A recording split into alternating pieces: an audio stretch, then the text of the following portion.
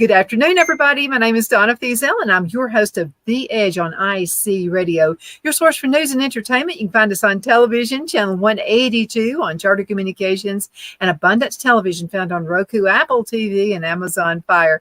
Don't forget the podcast, netsnewsnetwork.net. Another podcast coming up really soon. We'll let you know about that shortly.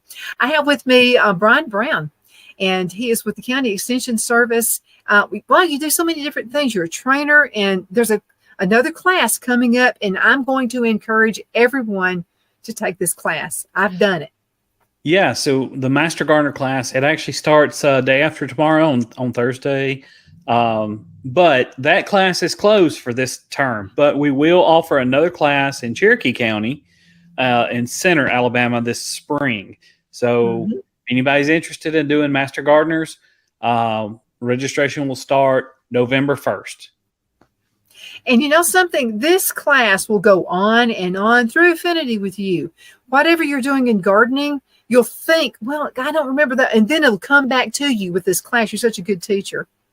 Well, there's a lot of good teachers that are with us all the time. And, you know, we split it up. We're a team, and we split up the teaching different weeks. I'm usually either teaching landscaping or this past time I did plant disease diagnosis. So that's something I'm really interested in. But yeah, that's kind of what we do, and teach and do workshops, and our labs, our labs are very hands-on. So it's really fun. Yeah. I had fun playing in the mud. If you like to play in the mud, you'll love that too. Yeah. So we did soil test. It was really interesting. Yeah, the soil test, that's usually our first lab that we do, and I get everybody to bring soil from their home, and then we see and compare what the texture is, what the percentage of sand, silt, or clay that it is, and we just kind of learn how to recognize what type of soil you have, and we compare that versus the USDA maps, which, anybody can access the USDA maps, soil maps, and they're very precise. So we try to figure out, okay, what kind of soils do you have here in your area? Let's talk about that for a few minutes, because everybody needs to get a soil test done. I don't care if you're planting turnips, you need a soil test. Why is that so important? Yeah, it's important because different soils have different nutritions in them. I guess is the way you could put it in layman's terms. So a lot of people, especially with phosphorus. So when you buy a bag of fertilizer, it has 3 numbers on it. It will have NPK, and that is the number. So N is nitrogen, P is phosphorus, and K is potassium. And so a lot of times, especially if you have a yard or an old pasture or somewhere like that, maybe you built a new house in the old pasture. Oh, yeah. If that has been fertilized over the years, you probably have too much phosphorus, and you really don't need that a lot of times. So that's what we use a soil test for, to check and see if your phosphorus and potassium levels are adequate. Those are very, very important. Phosphorus doesn't move in the soil. So once that phosphorus ion is attached, it really doesn't move. It takes it years and years and years to move. So that's one thing that's important. The second thing important is probably the most important thing is the pH of the soil. And the reason why pH is important is because pH is a measurement of the concentration of hydrogen ions within your soil system. So as you go up the pH scale, so it's 0 to 14, the lower numbers are more acidic, and you get above 7 and it gets to basic soils. So Montgomery, if you live in the Montgomery area, or what we refer to in Alabama as the Black Belt, that is called the Black Belt because the soils are so deep, dark black. That's an indicator that it's a high pH soil. And not a lot of plants can grow well in high pH, but typically in Alabama, we have very low pHs, even down into the, most of them are around 5 to 5.5. So you need to add things like lime. You can put lime on your soil. So that's what the soil test recommendation is. And the reason why you have that is because when you look at the chart, some elements are not available if you have a low pH. The elements are there, but they're bound tightly to the soil particle, so it cannot move. So as you increase that to around 6 to 6.5, which is perfect for vegetable gardening and most plants, they release those ions that are in the soil. Mm-hmm. Now, things like blueberries and azaleas, they love low pHs. So if you got a heavy clay soil, azaleas and blueberries are perfect. Mm-hmm. Absolutely. We have a sandy soil here. Mm-hmm. So what do I need to do? I've got a bunch of blackberry trees. Frost got them. Frost got everything. So basically no blackberries, no blueberries. Mm-hmm. You know, the peaches are none. We had a few pears, but not really anything to brag about. What could you do as a precaution? I know we had a really strange summer, a really strange spring this year. What could you do as a precaution to guard against this kind of hazard next year?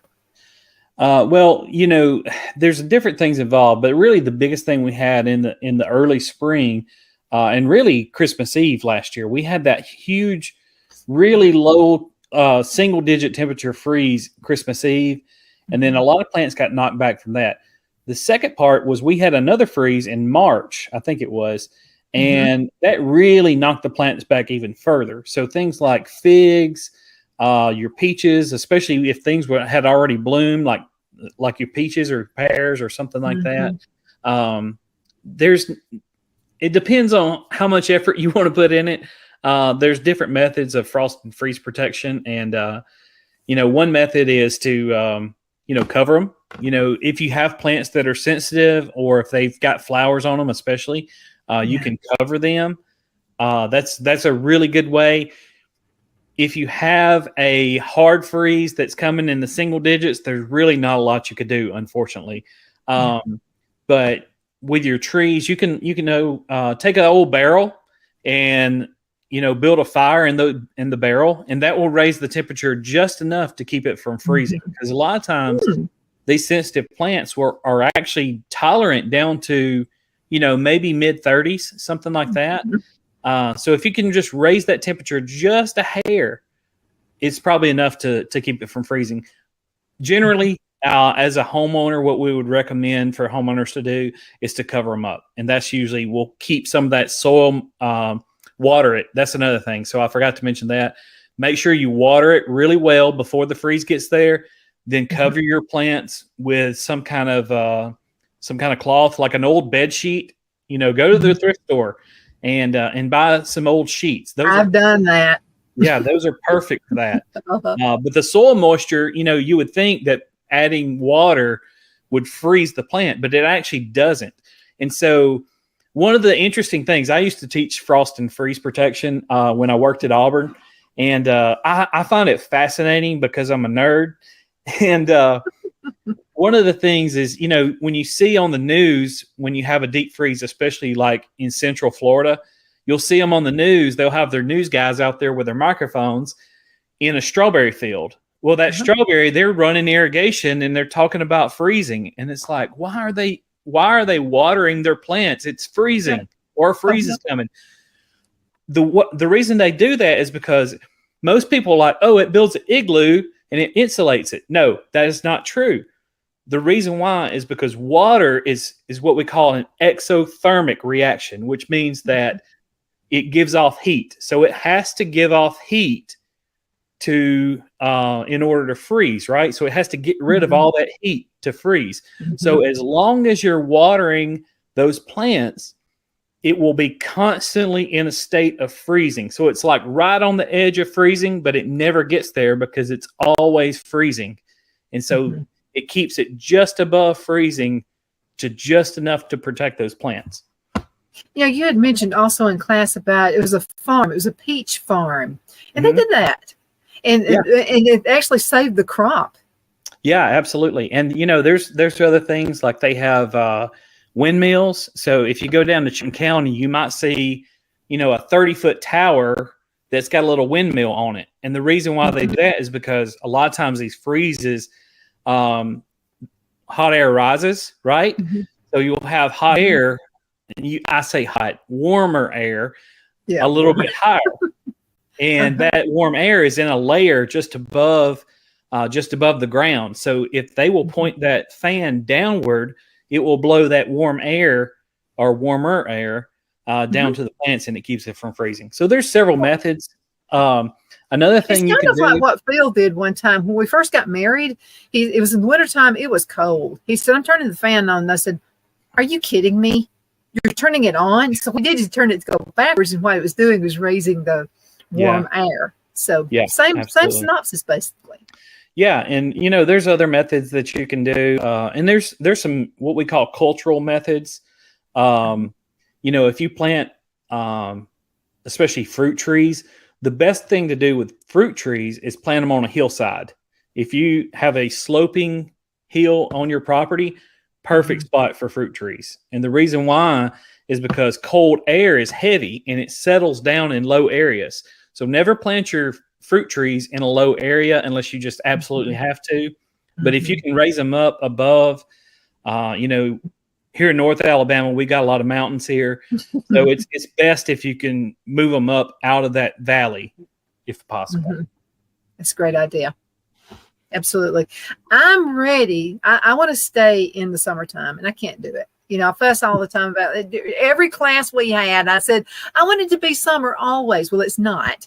But now you kind of keep summer in the wintertime by what you do with your harvest right here. Yeah, absolutely. And so, and we talked a little bit about that. Now, folks can actually, from the Extension Service, can actually get information about canning their produce. Yeah. And, that's not my area, but my coworkers, we have a whole area of Extension that does canning and preserving. So there's a lot of classes. A lot of people are getting back into this stuff. Homesteading is really popular. I'm glad. Preserving things. So just check with your local Extension office, no matter where you live in the whole country. Check with them and call them and say, do you have someone that teaches canning? And more than likely they do. Somebody will. They will. I don't feel like such a geek anymore because I've been in the canning mode my entire life. And people would say, you can? Now it's like they come to me as a resource and I don't know it all. So I tell them to go. I don't want to tell anybody the wrong thing. But I will tell you one thing about canning that I do definitely know. And that's when you're using your dehydrator or, sun-dried tomatoes or whatever you're doing, the tomatoes can't bend. Okay. I mean, they almost have to be like a potato chip. And if you're making something like this, which I absolutely love, put this on pizza, you put it on, stews, whatever. And what you can do, if you want to add herbs, they need to be dried herbs, in oil. So this is olive oil, and get the good olive oil. But if you're going to use a herb, it needs to be dry, because if you put your fresh herbs in there, it's going to contaminate it. You could get sick. So make sure you use dried stuff. I do know that for sure. Yeah. And that's one of the things that they always teach when they teach these canning courses is which foods you can and cannot pressure can versus water bath versus freezing and other methods. So I know this much about that. I do can. I own a canner. I bought one when I was in college because I was like, you know what? I'm going to learn how to do this. And actually, my dad probably does more canning than my mom does. And it's funny. They made soup the other day, and they brought some this past weekend with them. So it was always good to get my mama's soup,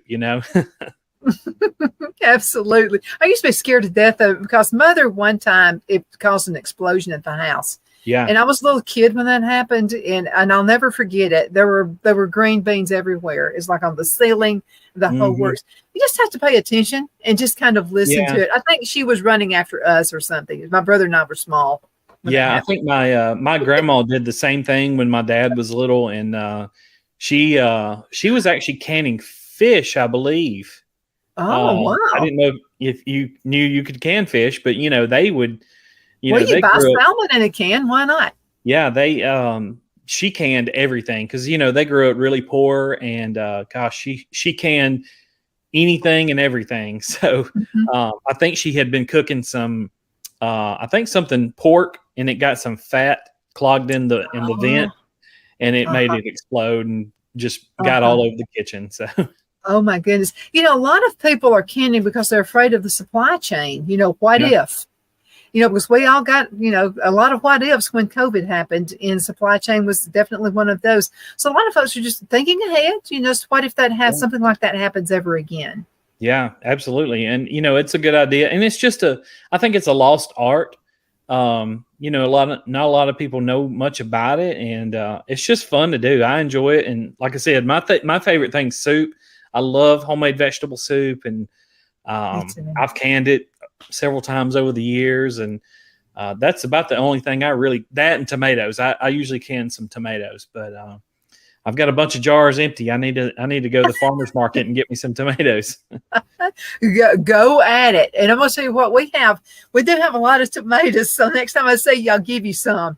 I've got a lot of Romas. And that's perfect things to put out there, and dehydrate them and then do something with them later. You can, if you don't have time to can right now. Sure. Yeah, absolutely. It's but always reach out to your extension agent if you've never canned before. And check with them, and they have proper methods, and that's scientifically proven. Okay, this is what you need to do, and that's what we do with extension. Is we extend science-based information to homeowners. Well, the whole thing is you don't want botulism. You don't want the family to get sick, and there are all kinds of really, really good tips on that as well. Absolutely. What to do and what not to do. I do some water bath, like maybe with some of my juices and stuff like that, but most of what I do is using the pressure cooker, and it's kind of, once you get the hang of it, it's easy. Yeah. It's not hard. It's not hard. But yeah, I've got a canner here myself, and I actually like to vacuum seal a lot of stuff. That was one of the best investments I ever made, was a vacuum sealer. And so, I got one too. Yeah, it's a great addition. So that's my personal recommendation for everybody. Well, and I do that. I use a vacuum sealer also if I find, say, flour on sale. I'll go ahead and buy a bunch of it up and put it in jars and use the vacuum sealer, and it's going to last forever. It's taking all that air out. Yeah, absolutely. Absolutely. I understand that. But yeah, it's, extension is got a broad base. We do a lot of different things. So. Okay. Now, summer's not going to last forever. I want it to. I would love to have. I would live on the beach. I love the summertime, but it's not going to last forever. Are there some fall crops we could start with right now if we just can't get enough of it? That's a great point. I was going to mention that earlier and I forgot. So, yes, right now is a perfect time to start some of your fall crops. Right now we're probably on the tail end of harvest season for your summer vegetables. And you're probably tired of picking them, especially if you're plant something like squash. You're probably sick of picking squash. So that's going to grow when nothing else grows, right? Yeah. Right now is a great time to pick out your, clean up your fall garden, clean that up and get it ready for fall. You can plant all your broccolis and your collards and just anything like that will grow in the cooler weather. Right now is the time to be getting in the ground. And, there's a lot of those different types of things. Carrots, that's a good fall crop for people. If you have a heavy clay soil, you may not want to do that, but in your sandy soils, carrots are perfect. There's a lot of things you can do right now. Another thing, if you've had a lot of problems with diseases in your plants in the spring with your summer vegetables, right now is a perfect time to solarize your soil. So you can take a clear piece of plastic. It has to be clear plastic, none of this opaque stuff. Clear plastic. Till it up, wet the soil pretty well, and then take your clear plastic, spread it across your garden, and then put soil around the edges and maybe some bricks or something to weight it down where it won't blow, and let it sit for about 6 to 8 weeks. And what that will do, the temperature is so hot right now, that heat will kill all the pathogens within that soil. So if you've had nematodes, a problem with nematodes, southern blight on tomatoes, any kind of blight for tomatoes, it will kill everything you got. And then you come around in the spring and you'll see a complete difference in your garden. And the soil's just going to look better. I mean, it's going to be almost a perfect soil. Now, Phil has been keeping the grass cuttings. Mhm. And so it's, his big lawnmower, almost like a tractor. So, and then he has this big thing gizmo on the back of it that actually collects it kind of like in a basket. Yeah. And so he's been dumping that around the garden. And what I've noticed just all summer, just from dumping that around the garden, I've been raking it up. Man, that dirt looks good. Mm-hmm. Yeah, and those clippings and any kind of leaves or things like that, it's best to do it in a compost pile. So if you have a pile of compost, if you want it to turn into actual rich organic matter, turn it. Turn it as often as you can, every 3 or 4 days, maybe every week. If you'll turn it often, you'll have much faster production of that organic matter. Mm-hmm. And you'll have these neat little things called worms. Yep. Earthworms are great. We love earthworms, and they can really help your soil. And if you have a heavy clay soil, or even like you have sand, organic matter is the key. And the way you get organic matter is to plant a cover crop or put compost on it. Mm-hmm. Absolutely. What are some things you should not put in the compost pile? Anything that's fatty, so like no meat. And the reason why is you want to keep out rats. I wouldn't put diseased plants in there. There's kind of two schools of thought on that, but I just wouldn't do it. I just go ahead and, throw them in the garbage or burn them, either way. But eggshells, coffee grounds, things like that, that's perfect. Anything like vegetable peelings,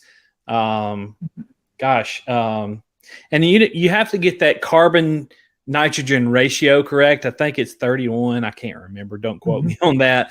But you have to have your browns and your greens. So browns being things like limbs and leaves and things like that have kind of decayed. And then greens, which are your high carbon content things. So things like grass clippings and fresh things. Those you want to keep in the right ratio. We have great information. I've asked you 1,000 times, how can I get rid of these banana trees? Do you know that I'm actually loving the banana trees now? Yeah, I'm sure they're actually tall. letting them, they're huge leaves, and they're the perfect green thing. And put them on the compost pile. They are perfect. And then put your brown stuff on it. I mean, so we have a little area where the strawberries are. So a little area out to the side, close to the garage. And I tell Phil, I said, because everything with me is an experiment, because I don't know what in the world I'm doing half the time. Yeah. So it's an experiment. And it's actually working. So Phil said, you want me to cut those things down so they don't grow back? And I said, no, leave them. We'll just cut them all down when we can. Yeah. Anytime you have something like a banana tree, which gets huge, just cover it up with hay or some kind of mulch in the wintertime, and you'll be fine. They'll come back. It's hard to kill them. No, you don't even have to do that here. They just, I tried to kill them. They still keep coming up. I mean, they're some tough. Things you can't get rid of. Now, what about, we're going to have to let's just go ahead and go into a commercial break. Okay. And then we'll be right back in just a minute, because I want to ask you about how we can take care of our flowers with wintertime coming on. Okay, we'll be right back in just a minute. Everybody hang in there. You've been at this for 12 years. Why are you doing it? Because God's children are not for sale. Rated PG-13.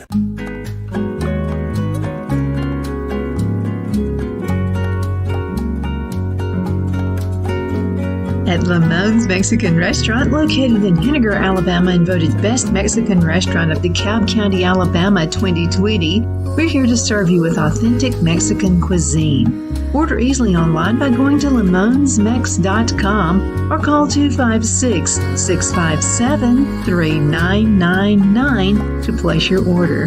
We're open Sunday through Thursday, 11 a.m. to 9 p.m. and Friday and Saturday, 11 a.m. to 10 p.m. Whether you're celebrating a cozy date night for two or a celebration for a crowd, at Lamone's you'll love our atmosphere and friendly servers.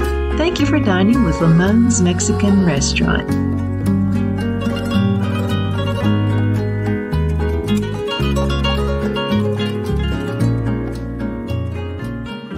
Let Rhonda at Rhonda's Elite Tax LLC take the burden off you for all your tax needs. I know because Rhonda has been taking care of my business since 2013. I feel Rhonda works for me because she knows the direct questions to ask to better benefit my unique business in order for me to get back the biggest refund possible.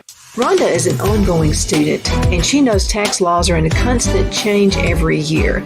Call 256-281-9903 for an appointment to take the dread out of getting your taxes done. Rhonda is located at 11968 U.S. Highway 431 in Boaz. Again, that number is 256-281-9903. And let Rhonda's Elite Tax LLC champion your personal and business taxes.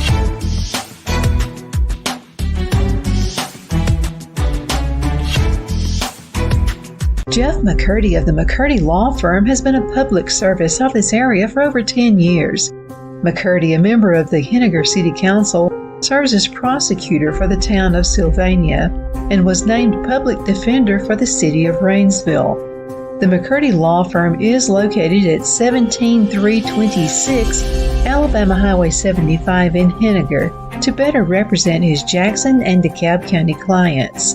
If you need to be represented by a true public servant with proven success, call Jeff at 256-996-8701 or send a private email to mccurdylawfirm@gmail.com.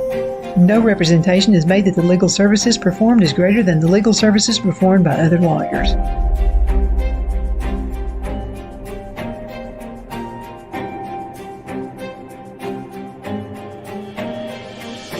At Liberty Bank, we're all about community, whether it's to help with a charity fundraiser or help families in need. Toys at Christmas or a local football team, we're here for you. You see, we realize the importance of family. Sometimes it's to build a new home or necessary home repairs. We're here for you.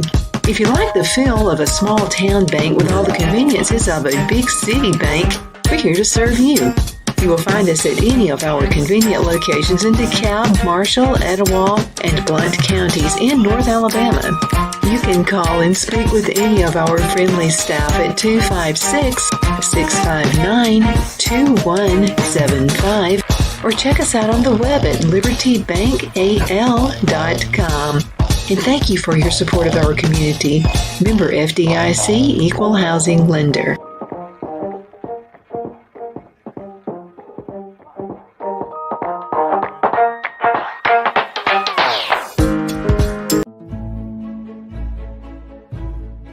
The Hatter Cafe and Country Inn is nestled in the northeast corner of Alabama the Beautiful in the delightful town of Mentone. We're located on top of scenic Lookout Mountain near Little River and DeSoto State Park and located only 5 minutes from shopping and restaurants. There is also a nearby community walking path and golf course. We welcome everyone through the doors and we are committed to outstanding service for all guests. At the Hatter Cafe and Country Inn, we invite people from all walks of life to come and get away from it all, enjoy the open spaces, treetop views, fresh, clean air, and experience Southern hospitality at its finest. We look forward to hosting you. To reserve a special event, or if you would love a special getaway at the Country Inn, you can call us at 256-634-2018. Good afternoon, everybody. We are back. My name is Donna, and I am your host of The Edge on IC Radio, your source for news and entertainment. You can find us on television as well, channel 182 on Charter Communications. That's up in North Alabama. You can also get us around Arab, up in that area as well, in Marshall County and in DeKalb County as well. You can also find us on syndicated television. That's Abundant Television, found on Roku, Apple TV, and Amazon Fire. Don't forget that podcast, netsnewsnetwork.net, and very soon another podcast coming out there. So we're really appreciative of that. Brian Brown is with me right now, and I'm all about gardening. I would garden all through the winter, anytime. I love gardening. I mean, I'm just all into it. So we've been talking about some fall crops, but how can we take care of our flowers? Well, there's several things. It just really depends on the flower, because there are flowers that love the cold weather. There are some that love the fall. is it perennials or your annuals, or what are we talking about here? That's really the biggest question. Well, I would keep sunflowers all year long, and I can't do that. I would love to. And sunflowers, they'll grow up into the fall. My mom just ordered a bunch. She's got some really exotic colors that she wanted to sell at the farmer's market. And she got some white ones, and I forgot what the other colors were. But I'm going to tell you, the Russian ones are the most beautiful ones to me. I love them. This beautiful, magnificent color, yellow, beautiful. I'll send you Mom some seeds. I think she'd really like these. And the pod is just huge. Yeah. And so you save your own seeds, right? Yeah. Yeah. And, sunflowers are interesting. A lot of people grow them just for a display or something. Actually, if you I live in Arab. So if you drive from Arab to Coleman, there's a farm on the left-hand side of the road. You can't miss it. It's right on Highway 69. And it's probably, 30, 40 acres of just sunflowers. And it's really pretty, especially when the sun's setting. You can go there and get some really cool pictures. And they just say, hey, come in, take pictures, do whatever you want to. And I don't know what they're doing it for. I think they just do it for entertainment. But but there's cars parked there all the time. You can go there any time of the day, and you'll see all the sunflowers and people taking pictures out there. It's just a beautiful, and it's a happy flower as well. Mm-hmm. Now, let's talk about care for roses. Got a lot of folks have roses. Yeah. Roses, they're kind of, they'll keep blooming. Hopefully they'll keep blooming until, pretty late or into the fall weather. So really rose care starts in the wintertime. So in February, that's when you want to plant roses. And that's also when you want to trim your roses, especially if you have something like a knockout rose. Cut those jokers back to about 12 to 18 inches. And I know it may break your heart because they may be 4 foot tall right now. But I'm telling you, if you will cut them back to about 12 to 18 inches, you'll see a world of difference in them. So you have to prune those roses.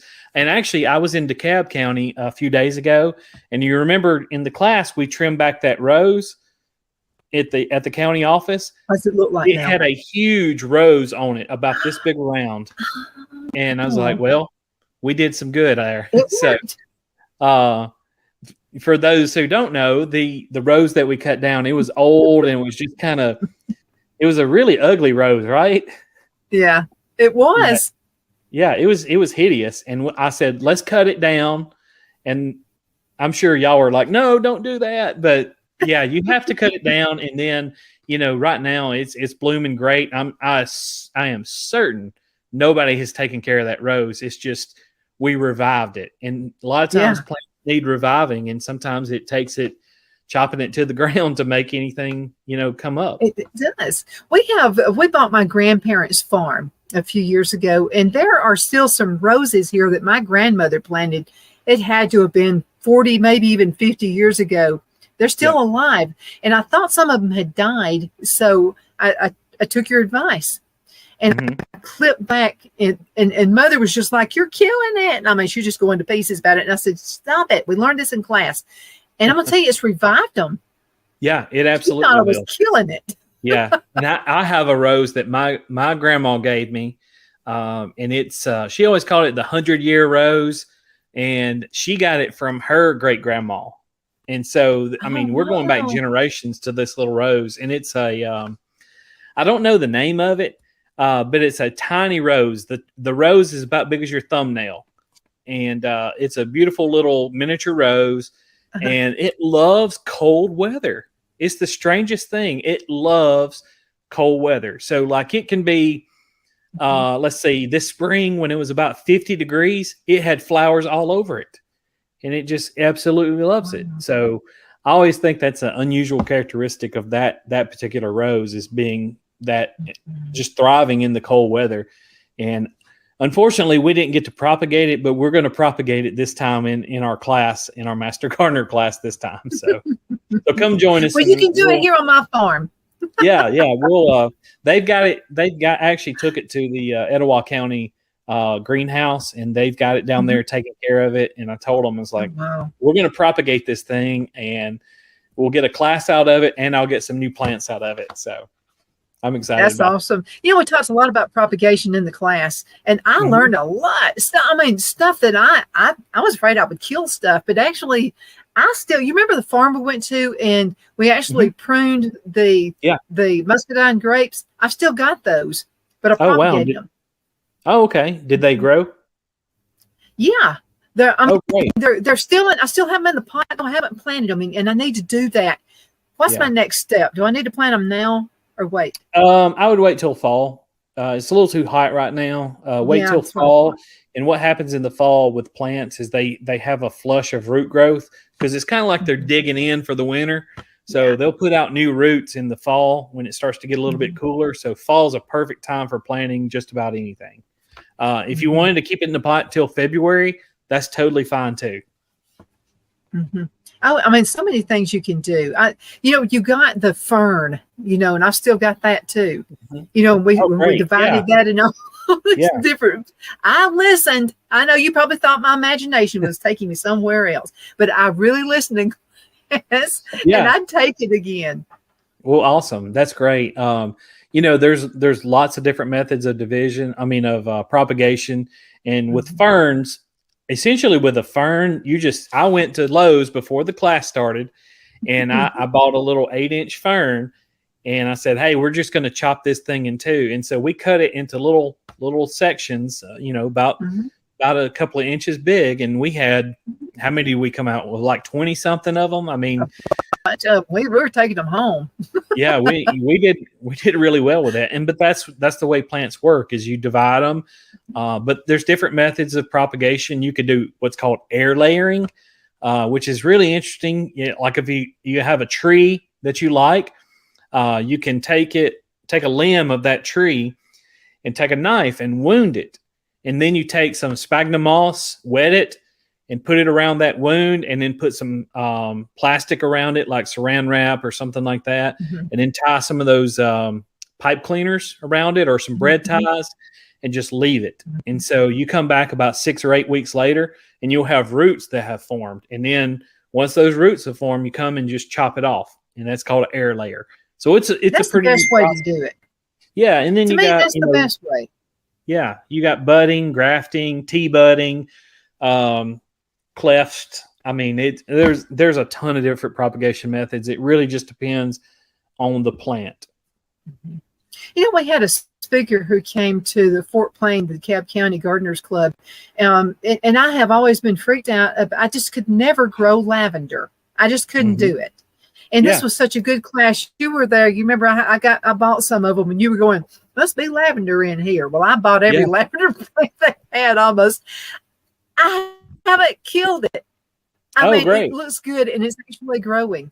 I was afraid I'd kill it, because before I just couldn't do it. Great. Well, then I don't know a ton about lavender. I know there are certain varieties that grow better in our environment in Alabama.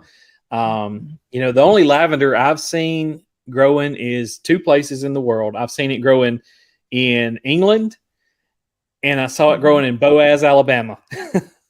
So there's a lavender farm in Boaz that it's a small farm, but they're wanting to grow the farm, and I had to go out there for a home visit and help them with some lavender. But they Phenomenal was the variety, I believe it was. So that is a variety that will grow well here in Alabama. That's what I have. Mm-hmm. Yeah, that's right. Yep. But yeah, it's really beautiful when it's in bloom, and early spring or later in the spring, I guess is when we get our blooms on there. So it's a neat plant. Mm-hmm. Is there, we're all getting ready, or I am getting ready for the fall garden. Is there something that just would not grow right now? Like, let's say, for instance, a tomato. Would a tomato grow? Absolutely. Yeah. And you can, actually, I just talked with our commercial horticulture agent. He's got a farm, and he said he's putting his in the ground this week. So yes, absolutely. You can still plant tomatoes. You'll get what we planting now is what we call our fall crop of tomatoes. So you can put those in the ground, and you'll have tomatoes. Now they may take a little bit longer, especially as it gets cooler, but you can have a crop of tomatoes before winter gets here. So it's not with too late. the weather we had this summer and spring and summer, I was beginning. I had my tomatoes. I had tons and tons and tons of them, but they stayed green forever. But they finally started turning red. I don't know if it was weather related. I was pruning. I was doing what I needed to do. Yeah. I don't know. I'm sure it was weather related, but mine did the same exact thing. I've got one tomato plant, and it put on 2 tomatoes, and it didn't do anything for forever. It just took it so long. And then now I've got like 7 tomatoes on one little plant, and it's doing all it can do to grow. My plants are like, help me. I'm too many. It took it several weeks for it to turn red. So, we received some emails. Last time you were on the show, you were talking about Japanese beetles. I mean, that was the big topic. Yeah, and a lot of our listeners were asking me to ask you about that. So you got some great advice about that. Yeah, Japanese beetles, gosh, they're one of those things that we just have a hard time getting rid of. Don't use traps. Traps are terrible. It's almost like one of those bug zappers you put on your porch, that it just attracts more bugs. So don't do that. Don't use traps. The thing you want to do is treat for grub worms. Now, that may seem a little unusual, but what happens is Japanese beetles, we're kind of on the back end of the Japanese beetles right now. Yeah. What they're doing right now is they're burrowing into the ground, and they're laying their eggs in your lawn. So that's why we want to treat, because they will overwinter as grubs. And when they start to emerge in the spring, right before they emerge, you want to treat them with a insecticide. So you can buy anything at the store that says for grub treatment, and it will kill your Japanese beetles. Now, I will say you need to get everybody on board if you live close to anybody. If you have roses, they love to eat roses. I'm sure you've seen that. But they'll attack just about everything. They get in your house. I mean, they're terrible. Muscadines, they love muscadines. They love blackberries too. Blackberries, yeah. They pretty much eat anything. So, but yeah, you treat for grubs in the spring, and you will have much less pressure. If you have them in the summertime, just take them, pick them off, and throw them in some soapy water. That's the best. That's all you can do. Yeah. That's at that all point, you can do. Yeah, you kill one and 10 come to their funeral.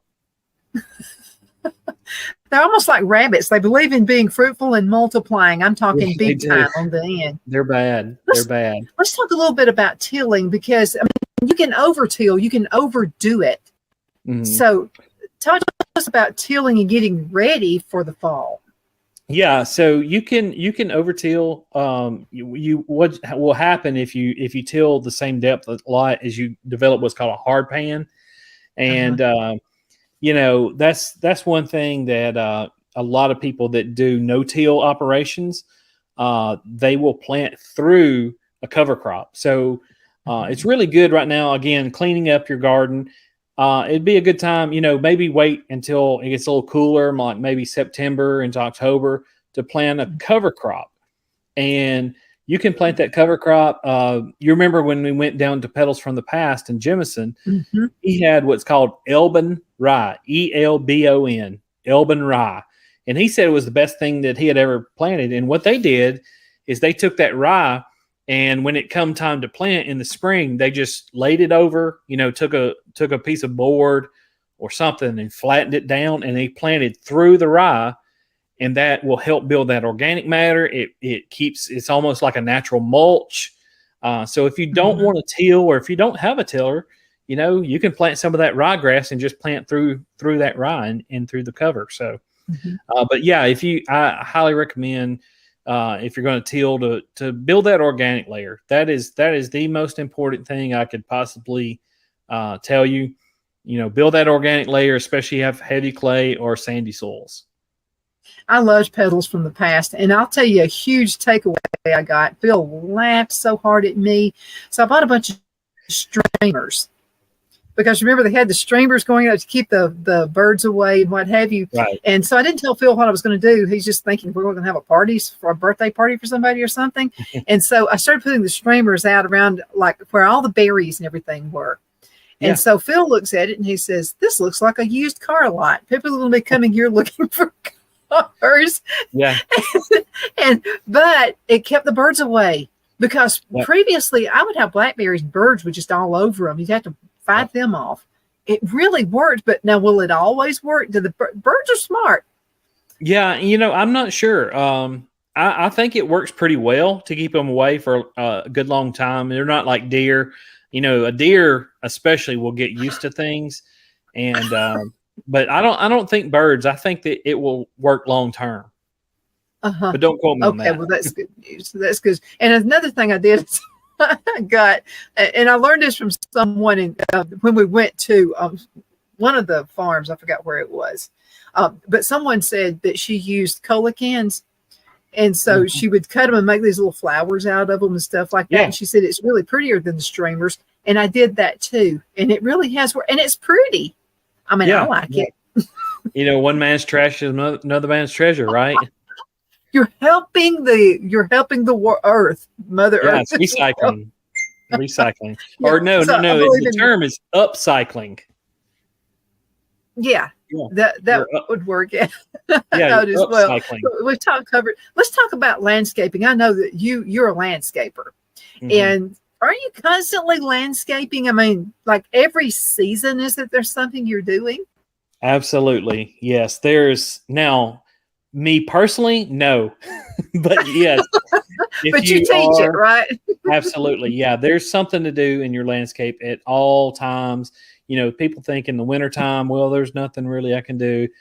Wintertime's perfect. It's not hot. Especially No. here in Alabama. We have cold Uh-huh. weather, but it doesn't stay cold.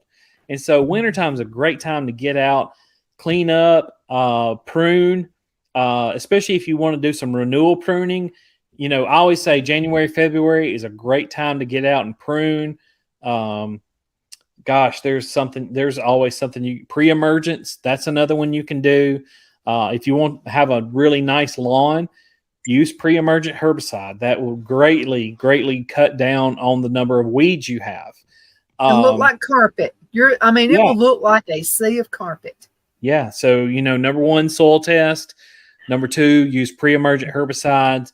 And then number three, fertilize. If you can do those three things to your lawn, it'll make a major difference in your lawn. But for landscape plants, anytime's a good time to do. You can do, if you want to overseed, you can have overseeding your lawn. There's, fall flowers. There's lots of fall flowers, mums.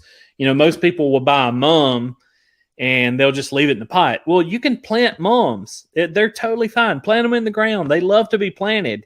And then you'll have them next year because most people buy them and then kill them. No, they'll plant come 'em in- back. Yeah, they will I can't come get back. rid of them. I've got so many. Yeah. So, the nurseries, they want you to kill them where you can buy them more next year. But don't do that. Just put them in the ground and just, cut them back and see what happens and they'll come back up next year. Now, what about some plants we could grow inside? I've got the hydroponics and I'm loving it. I Yeah. have salad all year long. Yeah, there's so many things you can do. Lettuces, like you mentioned, lettuce is one of the easiest plants you can grow. And not just indoor plants. There's a lot of other things you can grow, but usually your herbs are easy to grow inside as long as they've got ample sunlight and ample water. You can pretty much grow. That's the thing. It doesn't have to be hot for plants to grow. Actually, plant growth ceases at about 86 degrees. So it doesn't do anything after 86 degrees. So if it's a mild temperature, it's totally fine. They'll grow. The main thing is day period. How long is that day length? And then adequate water and nutrition. Yeah, I've got the perfect place, and it's right there at the sliding glass doors, facing the south. The deck is right there, and it loves it. So I've got an experiment, and I want to know what you think about Okay. this. So I'm going to be planting these beans. So I started the bean sprouts. It's been less than a week. And so I almost made this little mini, this is a carry out, I think from Applebee's or something. Yeah. And I keep these because it's kind of like a little mini greenhouse. So I just put some seeds in here, and then I put paper towels, wet them, moist, okay, so you don't want to drench it, but moist. And then I put plastic on top of it. I can't put this on top anymore because, I'm afraid I'll kill the greenery. Yeah. Bush beans I have here. So what do I need to do? So I'm going to put them outside this week, I hope. I hope I have time to do that. Is there any special care for these in the fall of the year than in the summer? Or is it all the same? They're pretty much the same. Right now with those, if you're going to put them in the ground, you want to push them pretty hard. So you may want to fertilize them as soon as you get them in the ground. You don't want to use fertilizers when they're tiny in the seed. Mm-hmm. But once they get that size, just pour the fertilizer to them and they'll be fine. Well, these things And are when I say big. pour the fertilizer to them, I don't mean over fertilize. And see, like, these are big, and the roots on them are huge too. And we had a good bean crop this summer, but I did the same thing. I started out with bean sprouts. What are some other ways? Could you just put the bean in the ground? That would work too, right? Yeah, You don't have to do you this. can. No, that's totally fine. As long as, like I said, as long as you got moisture, it will emerge in that what's called a radicle, and it will just kind of emerge up out of that seed, and it'll be fine. There you go. Okay, we have 3 minutes left in this segment, Okay. about 3.5 minutes. Okay. And this has to do with peanuts because I have never raised peanuts before. When am I going to know these things are ready? They look really healthy right now. Yeah. So have you looked under the peanut plant? So under the peanut plant is actually where they flower. So lift it up.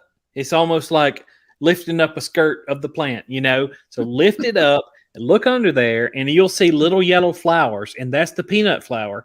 And so this process is called pegging, and they get fertilized, and they kind of droop down, and then they'll dig into the soil, and that's what becomes the peanut. So really, you just kind of have to, if you got a sandy soil, just kind of reach down and kind of see if you can feel any.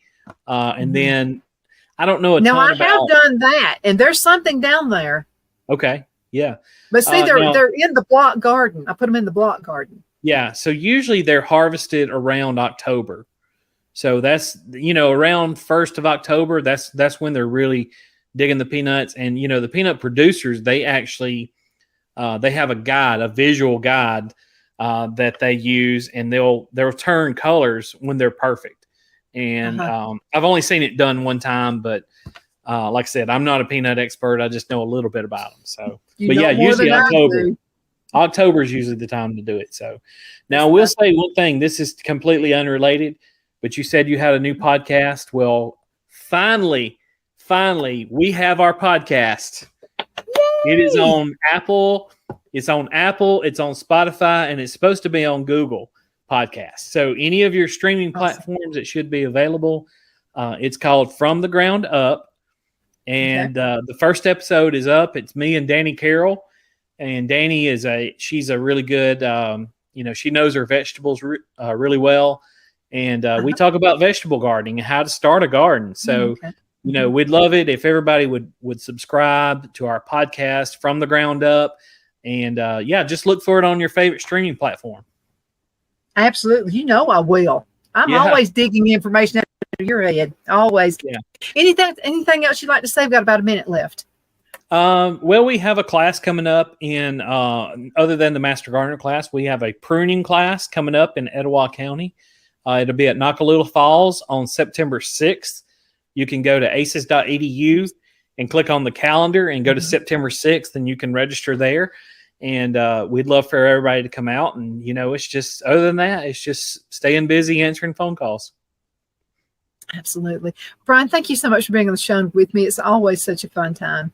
Yeah, absolutely.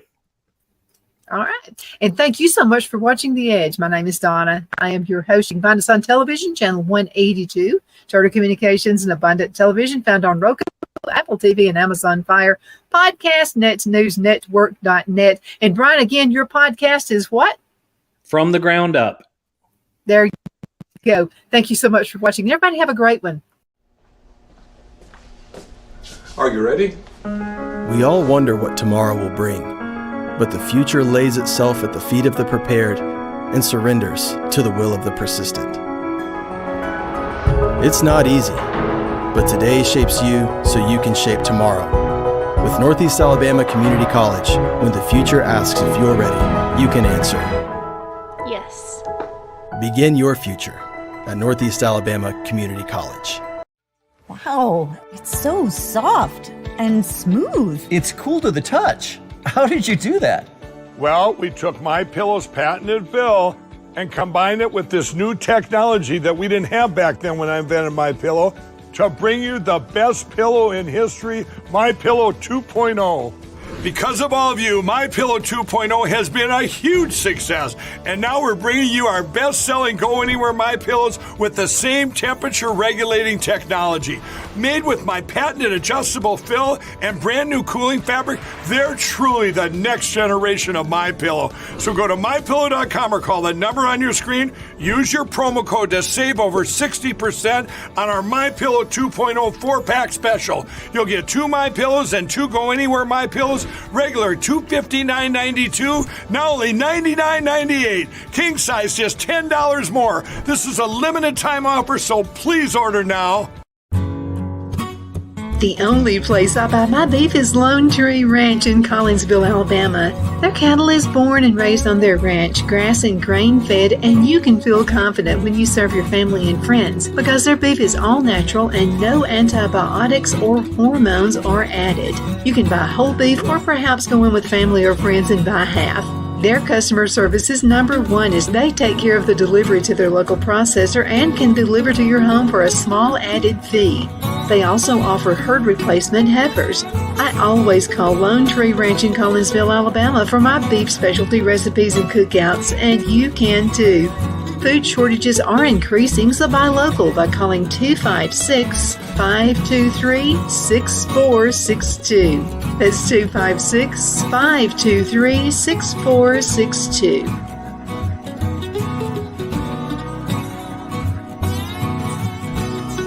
Let Rhonda at Rhonda's Elite Tax LLC take the burden off you for all your tax needs. I know because Rhonda has been taking care of my business since 2013. I feel Rhonda works for me because she knows the direct questions to ask to better benefit my unique business in order for me to get back the biggest refund possible.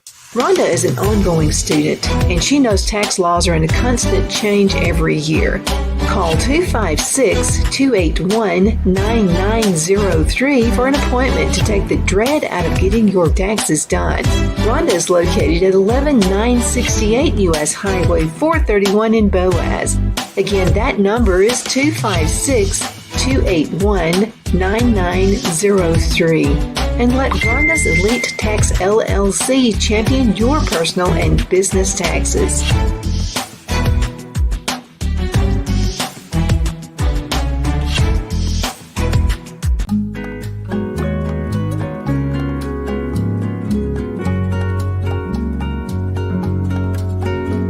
At Lamone's Mexican Restaurant, located in Henniger, Alabama, and voted Best Mexican Restaurant of DeKalb County, Alabama 2020, we're here to serve you with authentic Mexican cuisine. Order easily online by going to lamonsmex.com or call 256-657-3999 to place your order. We're open Sunday through Thursday 11 a.m. to 9 p.m. and Friday and Saturday 11 a.m. to 10 p.m. Whether you're celebrating a cozy date night for two or a celebration for a crowd, at Lamone's you'll love our atmosphere and friendly servers. Thank you for dining with Lamone's Mexican Restaurant.